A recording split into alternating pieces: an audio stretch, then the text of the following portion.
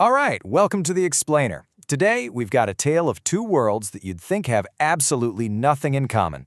The quiet, serious world of university research and the fun, splashy world of a tourist resort. But what if they teamed up? You might just get a way to save the planet one vacation at a time. I mean, just think about that for a second. It sounds a little crazy, right?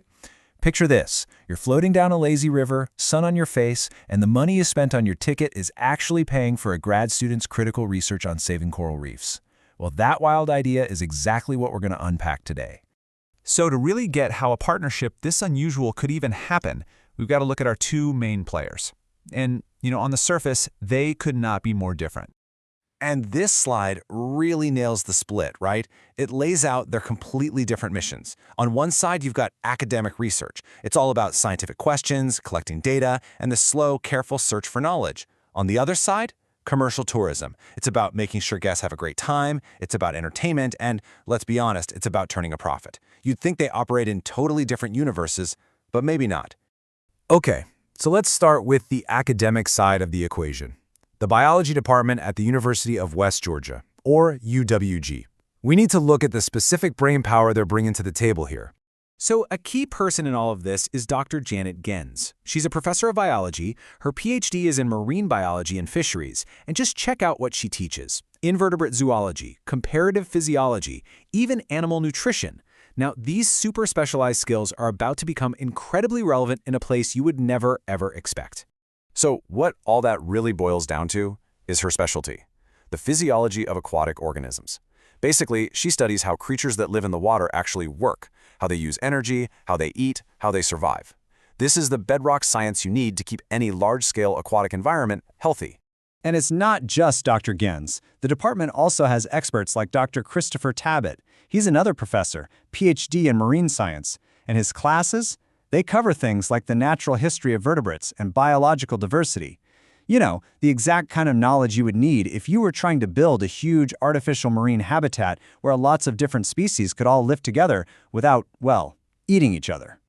All right, so we've got the scientific brain trust. Now it's time to meet the other half of this wild story, a brand new resort with a very, very big idea.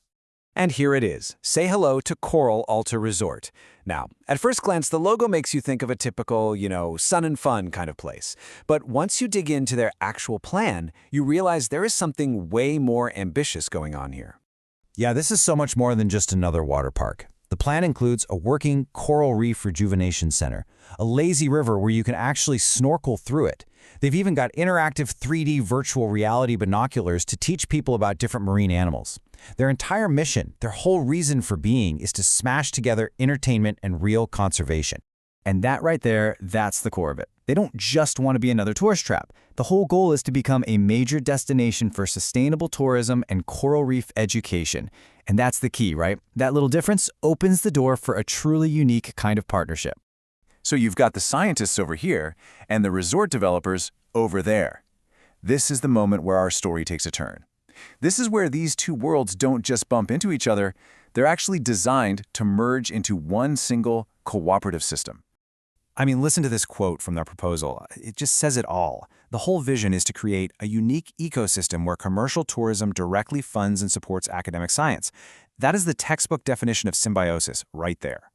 Okay, but that sounds amazing in a PowerPoint presentation, right? How would it actually work in the real world? What does it really look like when a scientist's lab is also a major tourist attraction? Let's break it down. So the plan really boils down to 4 key ways these two worlds connect. First, that beautiful snorkeling lagoon, it's not just for guests, it's actually a massive real-world laboratory. Second, and get this, they're planning to sell premium tickets where guests can literally watch real scientists do their work. Third, the university experts will design the animal habitats and all the feeding plans from scratch. And finally, students will actually get projects to translate all that complicated science into fun, easy-to-understand stuff for the resort's exhibits. And this chart just shows you exactly how direct that pipeline is from the classroom to the coral reef. Dr. Gens' animal nutrition class, well, that knowledge is going to be used to create the diets for thousands of fish. Dr. Tabbitt's expertise on vertebrates, that helps them pick which fish can actually live together in the lagoons. Even student projects and research in scientific writing have a direct, hands-on application here. It's amazing. So, for a researcher like Dr. Gens, the resort's multi-million-dollar Coral Reef Rejuvenation Center suddenly becomes this incredible, huge, living laboratory. I mean, that's a facility a university biology department could only dream of building on its own. It's a total game changer for her research. And here's where that financial loop closes. So a family pays a little extra for a really cool Shadow a Scientist experience. That extra money doesn't just pad the resort's profits, it can be specifically used to fund a graduate student's research. Wow. Commercial tourism is literally paying for the next generation of scientists. Okay, so this is a truly fascinating idea for one resort and one university. But let's zoom out for a second and think about the bigger picture. Is this just a clever one-time thing, or could this actually be a new model for the future? Well, when you break it all down, it's pretty clearly a win-win-win situation. The university, it gets funding, access to incredible research facilities, and a huge platform to talk to the public. The resort, it gets instant scientific credibility that its competitors just can't match, plus unique attractions. And the public? We get an amazing vacation, we learn something, and we can actually feel good that our money is supporting conservation. And that really gets us to the biggest question of all.